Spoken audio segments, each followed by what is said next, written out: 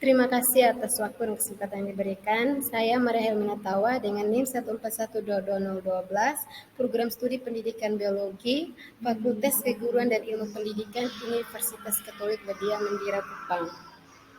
Jadi di sini saya akan memaparkan materi tentang sel. Yang pertama, definisi sel.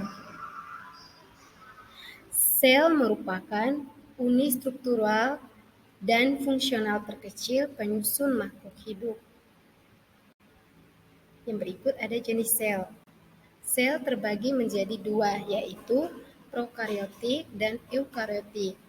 Prokariotik adalah sel yang tidak memiliki membran inti sel, sehingga materi inti atau DNA tersebar. Yang kedua ada eukariotik. Eukariotik adalah sel yang telah memiliki membran inti sel, sehingga tampak memiliki organel inti sel yang menjadi pusat aktivitas sel.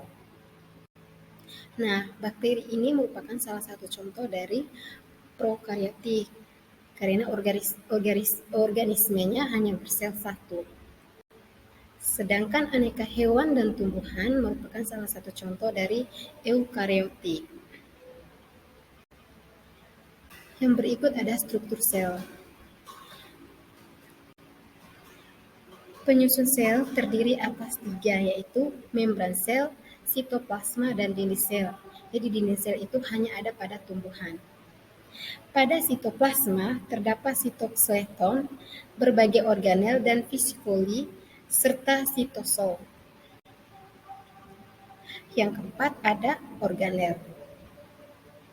Jadi organel itu terdiri dari yang pertama nukleus, kedua vakuola, ketiga retikulum endoplasma, keempat mitokondria, yang kelima badan Golgi, yang keenam lisosom, dan yang terakhir adalah ribosom.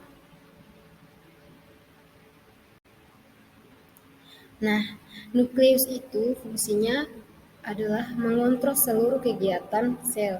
Jadi gambar di samping merupakan gambar dari nukleus. Yang kedua vakuola. Vakuola itu tempat penyimpanan zat cadangan makanan seperti amilum dan glukosa. Gambar vakuola berada di seperti pada gambar itu, merupakan gambar dari gambar vakuola. Yang ketiga ada retikulum endoplasma. Retikulum endoplasma merupakan tempat berlangsungnya sintesis protein. Nah, di bawah itu merupakan gambar dari retikulum endoplasma. Yang berikut ada mitokondria. Jadi mitokondria itu tuh tempat berlangsungnya fungsi respirasi sel. Nah, gambar ini merupakan struktur mitokondria. Yang kelima ada badan Golgi. Yaitu badan Golgi itu tuh untuk membentuk kantung atau vesikula untuk sekresi. Yang berikut adalah lisosom. Jadi gambar sebelah itu merupakan struktur lisosom. Jadi lisosom itu untuk mengontrol pencernaan intraseluler. Dan terakhir adalah ribosom. Jadi ribosom itu tuh tempat sintesis protein. Nah, seperti pada gambar di bawah itu merupakan gambar dari ribosom.